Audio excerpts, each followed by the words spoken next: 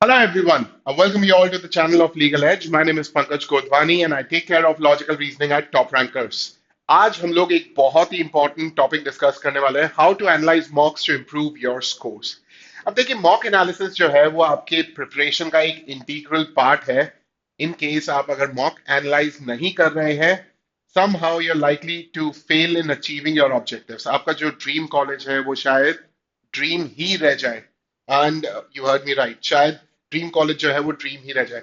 So allow me to take you into the session जहां पे हम लोग डिस्कस करेंगे कि मॉक एनालिसिस कैसे करना चाहिए एंड स्कोर्स इससे कैसे इंप्रूव होते हैं। सो हम लोग आज जो है वो डिस्कस करेंगे कि मॉक एनालिसिस को सीरियसली क्यों लेना चाहिए, एंड उसके बाद अगर हम लोग सीरियसली ले रहे हैं, how exactly to go about it. Right. So first thing, mock analysis को सीरियसली क्यों लेना चाहिए। देखिए, मॉक एनालिसिस जो है ना वो आपकी प्रिपरेशन में आपका आपको है ना आपकी प्रिपरेशन के साथ कनेक्ट करता है। So imagine you are attending classes, solving questions, taking mocks, लेकिन आप मॉक्स का एनालिसिस नहीं कर रहे, तो वहां पे एक बहुत बड़ा गैप जो है वो रह जाता है। एंड उस गैप में आपको ये नहीं पता चलता कि आप अभी कहाँ पे हैं, and if you want to go or if you want to reach a particular level, what it will take to reach that level. So where you are and where you want to go, वहां उसका एक realistic assessment जो है mock analysis आपको देता है। Second, you need to stop repeating mistakes. अब देखो, मिस्टेक्स को तो तभी रोक पाओगे ना when you will get to know कि आप क्या मिस्टेक्स कर रहे हो, and you will get to know कि आप क्या मिस्टेक्स कर रहे हो only when you analyse mocks. मैं आपको एक एग्जांपल देता हूं। So I had this student in 2021 and 22। 2021 में उसने क्रैश बैच ज्वाइन किया था, एंड लास्ट के 3 महीने उसने प्रिपेयर भी किया, मॉक्स भी लिखे, बट एंड उसने almost he took around 55 to 60 mocks during that duration, and उसका कहीं पे सिलेक्शन नहीं हो पाया यार। So he took a drop again, started preparation in the year 2022, and उसके बाद उसने एक चीज जो इंश्योर की, दैट वाज मॉक एनालिसिस, की हर एक मॉक के बाद प्रॉपर एनालिसिस जो है मॉक का होना चाहिए। he started noting down all the problems that he faced during the mocks, and this happened mock after mock, and उसको पता चलता गया कि वो कहाँ कहाँ पे मिस्टेक कर रहा है, and he started working on those areas, and उसके बाद he got selected for NLE Jodhpur, and he's still connected. He tells me कि सर मैं यही सेम चीज जो है दूसरे एस्पेक्ट में भी अप्लाई करता हूँ, and it benefits a lot. So कहीं ना कहीं पे अगर आप रिसर्च करोगे जो आप काम कर रहे हो उसमें क्या क्या प्रॉब्लम्स आ रही है, आप प्रॉब्लम्स को नोट करोगे, somehow it's going to benefit you a lot, right? So next, how you should analyze mocks। अब देखो, मॉक एनालिसिस आप करो उससे पहले दो चीजें जो है वो बहुत जरूरी है। There are 120 questions. अब क्या 120 में से 120 आप करके आ रहे हो? इस पर्टिकुलर लेवल पे हो सकता है कि आप काफी सारे क्वेश्चंस जो है वो छोड़ के आ रहे हो, राइट? एंड आपके अटेम्प्ट्स जो है, out of 120 you are attempting close to से 80 85 क्वेश्चंस, बाकी के जो क्वेश्चंस है आप छोड़ के आ रहे हो। तो यहाँ पे first thing, attempt the unattempted, attempt the unattempted, ठीक है? अब देखिए, मैं ऐसा क्यों कह रहा हूं। आप किसी भी स्लॉट में मॉक लिखे, that is up to you, but recommendation यही रहता है कि आप 2 to 4 वाले स्लॉट में मॉक लिखें। उसका सबसे बड़ा रीजन है, क्लैट भी इसी ड्यूरेशन में होता है, एंड अगर आप इस ड्यूरेशन में ही बैठ के प्रैक्टिस कर रहे हैं, somehow when actual exam, when that date approaches, आप तब तक बिल्कुल इस पर्टिकुलर रिदम में सेट हो चुके होंगे। सो जैसे ही आपने 4 o'clock पे मॉक एंड किया, उसके बाद 1 मिनट का अगर आपको ब्रेक लेना तो आप ब्रेक लो, बट उसके बाद वापस वहां पे आके बैठो एंड वो क्वेश्चंस को अटेम्प्ट करो जो आपने वहां पे छोड़ दिए थे। अब दो सिचुएशंस हो सकती है। जो आप ये अनअटेम्प्टेड क्वेश्चंस सॉल्व कर रहे हो, उसमें से कुछ सॉल्व हो जाएंगे, एंड कुछ सॉल्व नहीं होंगे, नॉट एबल टू सॉल्व, कुछ शायद अभी भी आप सॉल्व नहीं कर पाओगे। तो पहली चीज तो आपको ये करनी है। एंड सेकंड, आपका जो मॉक एनालिसिस है, mock analysis should follow.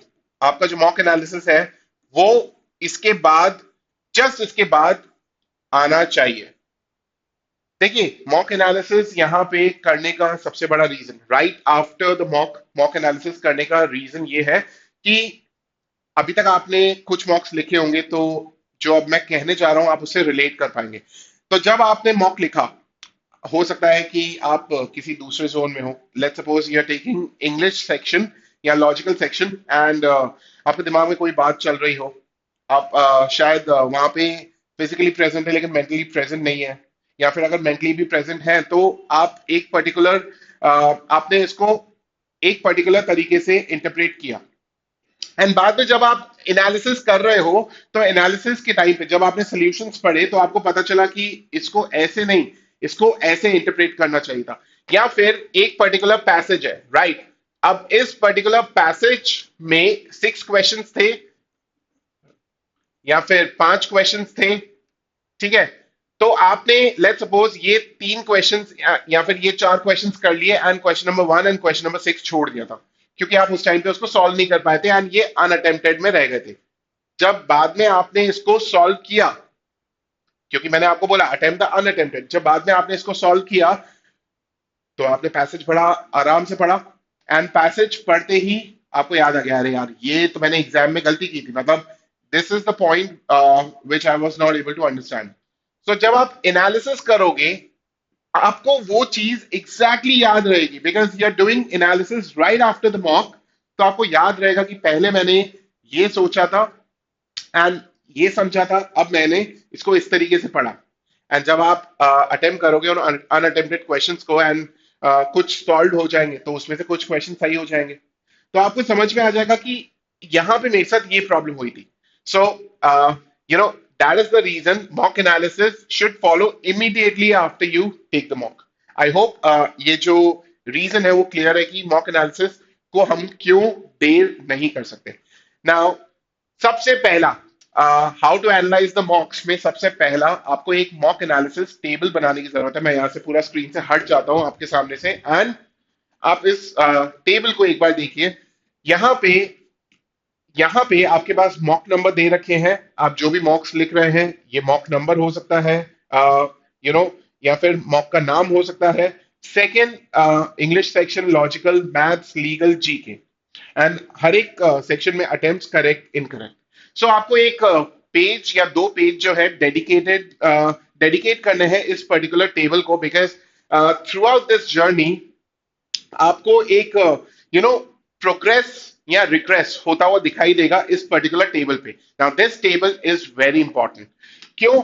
Imagine आपके मॉक नंबर 1 पे आपने अटेम्प्ट्स करेक्ट इनकरेक्ट लिखे and total attempts correct incorrect यहां पे लिखे, तो आपको इस तरीके से वो फ्लो होता हुआ दिखाई देगा, एंड ओवरऑल प्रोग्रेस जो है वो आपको दिखाई देगी। यहां पे चाहे तो आप रैंक भी ऐड कर सकते हैं कि इंग्लिश सेक्शन पे किस तरीके से आपकी रैंक रही, लॉजिकल पे किस तरीके से आपकी रैंक रही, क्योंकि correct and incorrect, right, and in दोनों का जो सम है एंड आपकी रैंक रही, तो आपको ये भी पता चलेगा कि इस बार लेट्स सपोज मॉक नंबर 1 में लॉजिकल सेक्शन में आपने 18 क्वेश्चन अटेम्प्ट किए, उसमें से करेक्ट इतने थे, इनकरेक्ट इतने थे, और आपकी रैंक ये थी।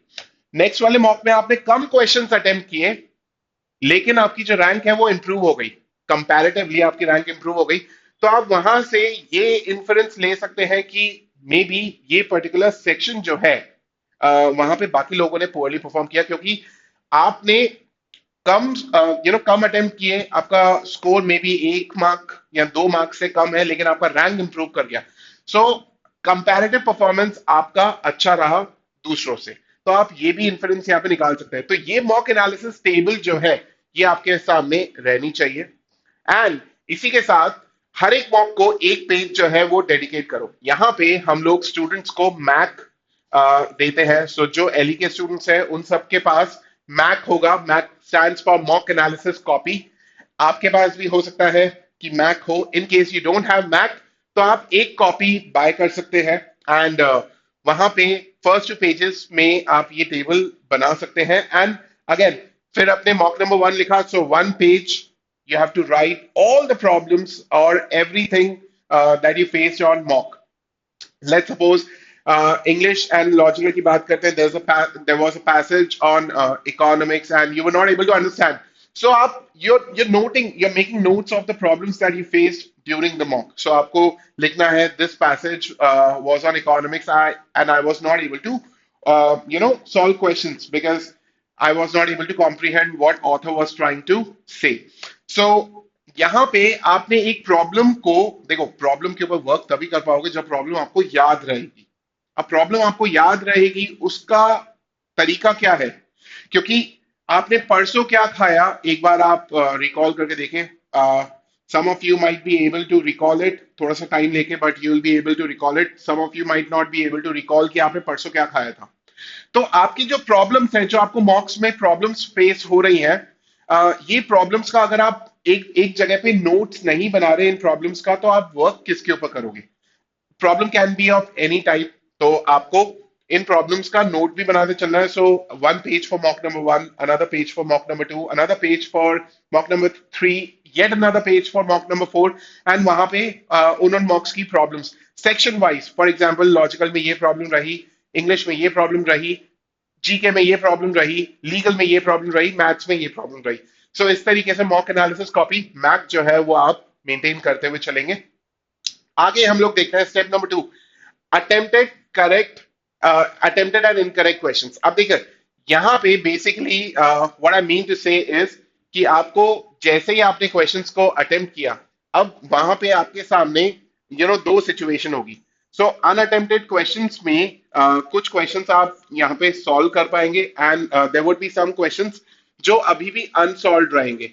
And here comes step number three, questions का आप कैटेगराइजेशन जो है वो यहां पे अचीव कर पाएंगे. Now I categorise questions you know in three levels: easy, second was medium और मॉडरेट, एंड थर्ड हार्ड और डिफिकल्ट. ठीक है. सो इजी वाले क्वेश्चंस कौन से हैं? You are able to solve quickly. ठीक है, आप क्विकली उसको सॉल्व कर पाए एंड दे वर करेक्ट. ठीक है, आप उसको क्विकली सॉल्व कर pi plus they were correct. Medium category के क्वेश्चंस कौन से होंगे? Solve but took time. आपने उसको सॉल्व किया लेकिन वो टाइम के साथ सॉल्व हो पाया, मतलब ऑन एन एवरेज जितना टाइम लगता है उससे ज्यादा आपने टाइम लिया. या फिर जो क्वेश्चंस इनकरेक्ट हो गए. अब वो इनकरेक्ट हुए हैं तो डेफिनेटली वहां पे कुछ कंसेप्चुअल एरर हुआ होगा. It could be silly mistake as well, लेकिन मोस्टली वहां पे कंसेप्चुअल एरर होता है, राइट? सो वो वाले क्वेश्चंस जो हैं वो मीडियम कैटेगरी में आएंगे. प्लस यहाँ पे एक और कैटेगरी हो सकती है कि आपने उस टाइम पे उसको छोड़ दिया था. It was unattempted, it was unattempted but solve later. बाद में आपने उसको सॉल्व कर दिया था. सो ये मीडियम कैटेगरी के क्वेश्चंस हैं. एंड हार्ड या फिर डिफिकल्ट क्वेश्चंस कौन से हैं? अनअटेम्प्टेड, जो पहले अनअटेम्प्टेड थे, and incorrect when solve later. जो इनकरेक्ट हुए बाद में भी सॉल्व करने पे, या फिर नॉट एबल टू सॉल्व, जिनको आप सॉल्व ही नहीं कर पाए. ठीक है. सो इस तरीके से आप क्वेश्चंस को कैटेगराइज करोगे इजी, मीडियम एंड डिफिकल्ट में. सो फिलहाल के लिए जैसे जैसे देखो, ये जो पर्टिकुलर दो एरियाज है, यहां पे आपको पता चल रहा है कि कहां पे मेहनत करने की जरूरत है. ये मैंने आपको बताया ना, अनलेस यू एनालाइज मॉक्स, जब तक आप मॉक्स का एनालिसिस नहीं करते तब तक आपको ये नहीं पता चलेगा कि कैसे आपको कैसे आपको या फिर कौन कौन से एरियाज पे आपको वर्क करने की जरूरत है. सो ये आपने अभी वर्क कर लिया, आई मीन उस टाइम पे आप इसको सॉल्व कर पाए लेकिन टाइम लगा. अब ऐसा इसलिए होगा बिकॉज उस कंसेप्ट पे आपकी प्रैक्टिस जो है वो कम होगी, या फिर वो इनकरेक्ट हो गया होगा, तो उस पर्टिकुलर कंसेप्ट पे आपकी प्रैक्टिस कम कम होगी. अनअटेम्प्टेड था लेकिन बाद में उसको सॉल्व कर लिया, तो आपको एक एक चीज पता चलेगी कि उस टाइम पे जब आप रीड कर रहे थे you were under hell lot of pressure, and उस प्रेशर में आप आर्ग्यूमेंट को समझ नहीं पाए, लेकिन बाद में जब आपने उसको आराम से पढ़ा you were able to understand it. And hard category के क्वेश्चंस जो हैं, ये वो क्वेश्चन है जो कंसेप्ट आपको नहीं आते, आपको इनके ऊपर वर्क करने की जरूरत है। सो आपके पास अभी भी टाइम है, आप इन इन कंसेप्ट के ऊपर, इन कंसेप्ट को मास्टर कर सकते हैं। ये इस तरीके से एनालिसिस आपको बताता है, राइट। सो आप जैसे ही इंग्लिश एंड सीआर के क्वेश्चंस जो हैं उनको वापस से अटेम्प्ट करेंगे, जो रीअटेम्प्ट है वो इमीडिएटली होना चाहिए, and analysis should follow quickly, so that you get to know कि पहले आपने क्या इंटरप्रेट किया था, अभी आपने क्या इंटरप्रेट किया। सेम थिंग आप जब यू नो जीके के क्वेश्चंस सॉल्व करेंगे तो आपको पता चलेगा कि ये टॉपिक्स पे आपको वर्क करने की जरूरत है। एंड नेक्स्ट जब आप लीगल के क्वेश्चन सॉल्व करेंगे, अगेन आपको ये पता चलेगा कि आपने पहले क्या इंटरप्रेट किया था एंड अभी क्या इंटरप्रेट किया, या फिर गलती अगर हुई है, क्योंकि अभी भी आप अगर सॉल्व नहीं कर पाए उसको, तो आप डेफिनेटली सोल्यूशन देखोगे, सोल्यूशन में जो आपको रीजनिंग मिलेगी उसको मैच करना आपको अपनी रीजनिंग के साथ, and you will be able to compare कि आपने क्या सोचा था एंड कैसे उसको सोचना चाहिए था। डीआई के जो क्वेश्चंस हैं वहां पे आप सोल्यूशन नहीं देखेंगे, सबसे पहले आप उन क्वेश्चंस को अपने आप सॉल्व करने की कोशिश करेंगे। हो सकता है कि कुछ क्वेश्चंस जो हैं वो आप सॉल्व कर लें, एंड हो सकता है कि कुछ क्वेश्चंस आप अभी भी सॉल्व ना कर पाए। जो क्वेश्चंस आप सॉल्व नहीं कर पा रहे, they should be categorized in this category, and this tells you कि यहाँ पे आपको मेहनत करने की जरूरत है, एंड उसी चीज को आप प्रैक्टिस करें एंड बाद में उसको वापस से सॉल्व करने की कोशिश करें ड्यूरिंग मॉक्स। देखिए कि आपको कितना टाइम लग रहा है। So this was how to analyse mocks. अब इसमें एक चीज जो मुझे अपनी तरफ से बतानी है, ऑर्डर ऑफ अटेम्प्ट्स, कि आपको मॉक्स का जो ऑर्डर ऑफ अटेम्प्ट्स है वो क्या होना चाहिए। देखिए आप मॉक लिख रहे हैं, लेकिन मॉक्स का ऑर्डर ऑफ अटेम्प्ट जो है वो बहुत इंपॉर्टेंट हो जाता है। सबसे पहले मैं सब्जेक्ट्स को कैटेगराइज कर देता हूं into categories, heavy reading and light reading, ठीक है। सो बेसिकली हैवी रीडिंग में आपके पास तीन सब्जेक्ट्स आते हैं, लॉजिकल, इंग्लिश एंड लीगल। ये तीन सब्जेक्ट्स जो है वो हैवी रीडिंग में आते हैं, एंड ये जो दो सब्जेक्ट्स है वो लाइट रीडिंग में आते हैं, जीके एंड मैथ्स और क्यूटी। अब देखिए यहां पे क्या होता है कि जब आप अटेम्प्ट करते हैं पांच सेक्शंस को, तो एक पर्टिकुलर मैनर में अगर आप अटेम्प्ट करें, सो फर्स्ट टू जो है वो हैवी होने चाहिए, एक लाइट, फिर एक हैवी एंड फिर एक लाइट। रीजन, जब आप इसको अटेम्प्ट करेंगे दो सब्जेक्ट्स को एक साथ, तो you will feel a little bit of exhaustion. वहां पे अगर लाइट रीडिंग को इंट्रोड्यूस करेंगे तो it's going to counteract, and हो सकता है कि आपको एग्जॉशन लेवल आपका कम करे। Again a heavy subject and then last subject. अब ये आपकी चॉइस है कि हैवी सब्जेक्ट्स का कॉम्बिनेशन कैसा होना चाहिए। It can be legal logical, it can be legal English, it can be logical English, it depends on you. Light में आप क्या क्यूटी को नंबर 3 स्पॉट पे रखना चाहते हैं, क्योंकि कुछ लोग क्या करते हैं, एक हैवी सब्जेक्ट, फिर एक लाइट सब्जेक्ट, फिर एक हैवी सब्जेक्ट, फिर एक लाइट सब्जेक्ट, एंड फिर लास्ट में एक हैवी सब्जेक्ट। अब आप ऑलरेडी 2 घंटे वहां पे स्पेंड कर चुके हैं, राइट। हैवी सब्जेक्ट आप वहां पे अगर रखेंगे तो यू वुड बी टायर्ड, आपका लास्ट में कॉम्प्रिहेंशन आते आते, I mean towards the end of the exam comprehension भी प्रॉपर्ली नहीं हो पाता, because you are already very tired. So ensure कीजिए कि दो हैवी सब्जेक्ट जो है फर्स्ट स्पॉट पे हो, फिर एक लाइट सब्जेक्ट, फिर एक हैवी सब्जेक्ट, एंड फिर एक लाइट सब्जेक्ट। नाउ इस तरीके से अगर आप मॉक्स को लिखेंगे, डेफिनेटली ऐसा बिल्कुल भी नहीं हो सकता कि आपको समझ नहीं आए कि आपसे क्या मिस्टेक्स हो रही है, and when you know about your mistakes, आप उन मिस्टेक्स के ऊपर वर्क भी करोगे, right. So I hope you enjoyed this session, and if you really did, please hit the like button and subscribe to our channel for more such videos. In case there is any query on your mind, you can type that query in the comments box and we'll come back to you. आज मेरी तरफ से इतना ही। I thank you all for your time today. You all have a wonderful day ahead.